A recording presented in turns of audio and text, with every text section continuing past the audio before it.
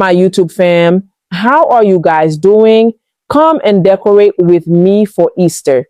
In today's video, you will see how I decorate my kitchen table.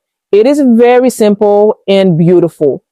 I was going to bring you the whole kitchen this week, but I was doing a project in the kitchen and did not have enough time to decorate the whole kitchen. So I decided to share with you my kitchen table, and I will post the whole kitchen in the next video. If this is your first time to this channel, welcome, and don't forget to hit the subscribe button and turn on your notification bell so you can be notified whenever I post a video. And to all my fellow subscribers, you guys already know what's up. So like, share, and leave me a comment in the comment section.